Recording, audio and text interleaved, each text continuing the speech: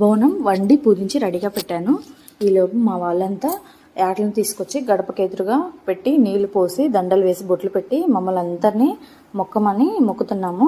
యాటలు జలత ఇస్తే కానీ బోనం బయటికి తీయకూడదు. అంతా మేము మొక్కుకున్నాము. యాటలు జలత ఇచ్చాయి.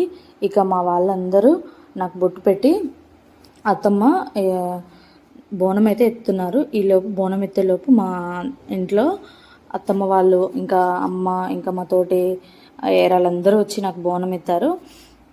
మేము మా బావ వాళ్ళు మొక్కుకున్నాము యాటను కోసి బోనం పెడతామని. మా ఫ్యామిలీ అంతా వచ్చి ఇలా బోనం ఎత్తుతుంటే చాలా హ్యాపీగా అనిపించింది. ఫ్యామిలీ అంతా కలిసి ఒక దగ్గర ఇలా ఫెస్టివల్స్ అయినా ఏదైనా సెలబ్రేట్ చేసుకుంటే చాలా బాగుంటుంది కదా. మా ఫ్యామిలీలో అయితే ఇలానే చేసుకుంటాము. ఏ ఫెస్టివల్ అయినా కూడా అందరం వచ్చి చూడండి ఇల్లు ఎలా కలకల్లాడుతుందో. చాలా హ్యాపీగా అనిపిస్తుంది. ఈ టైంలో చాలా లక్కీగా అనుకుంటాను నేను ఈ ఫ్యామిలీలో కోడలిగా రావడం.